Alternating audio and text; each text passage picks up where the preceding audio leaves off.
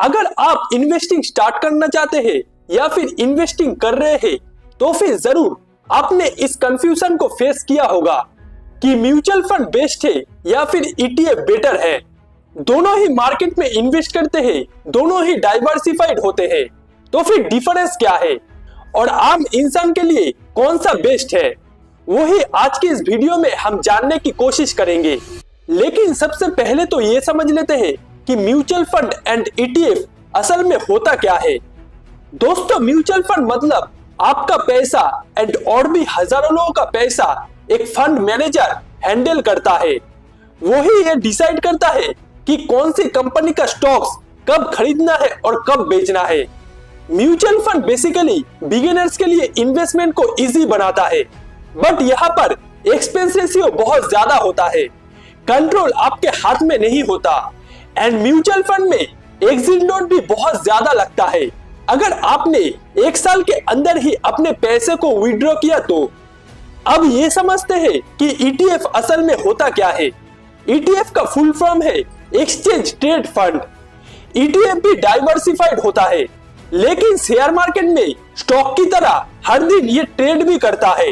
मतलब ईटीएफ को अब जब चाहे खरीद या बेच सकते हैं, कंट्रोल आपके हाथ में ही होता है।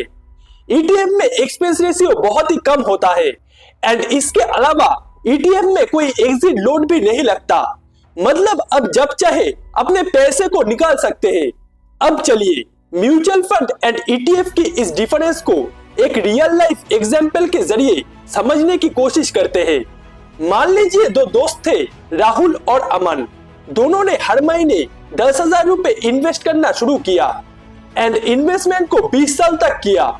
राहुल ने म्यूचुअल फंड चूज किया था इन्वेस्टमेंट के लिए, जिसमें एक्सपेंस रेशियो 1.5% का था, और अमन ने इन्वेस्टमेंट के लिए ईटीएफ को चूज किया था, जहां एक्सपेंस रेशियो 0.2% का था। दोनों को ही 12% का एनुअल रिटर्न मिला, बट 20 साल बाद राहुल की म्यूचुअल फंड का वैल्यू 99 लाख रुपीस का हो गया था।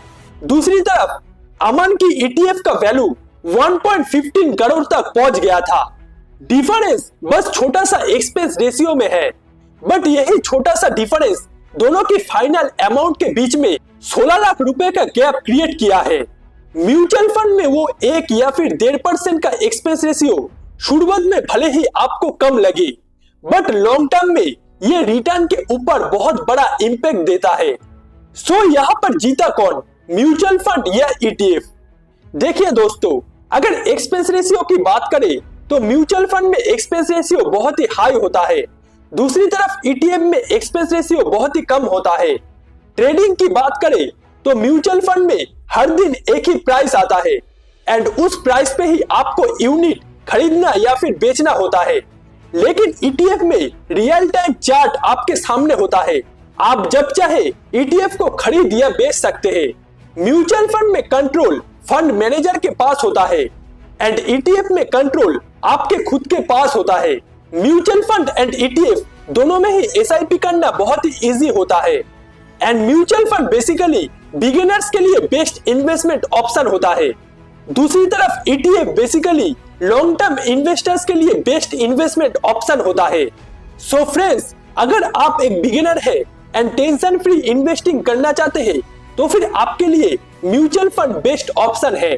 बट अगर आप लॉन्ग टर्म इन्वेस्टर है, मार्केट को समझते हैं और कॉस्ट कम रखना चाहते हैं तो फिर आपके लिए ईटीएफ बेटर ऑप्शन है।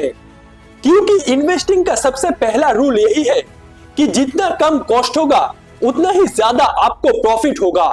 छोटी फीस लॉन्ग टर्म में बहुत बड़ा डिफरेंस बनाती है। तो आप क्या चूज करेंगे, म्यूचुअल फंड या फिर ईटीएफ? कमेंट में जरूर बताइएगा एंड अगर आपको ये वीडियो अच्छा लगा हो तो जरूर लाइक एंड सब्सक्राइब कर दीजिएगा ऐसे और भी फाइनेंशियल एजुकेशन वाले वीडियो के लिए। सो चलिए दोस्तों, मिलते हैं हमारे अगले किसी वीडियो में। जय हिंद।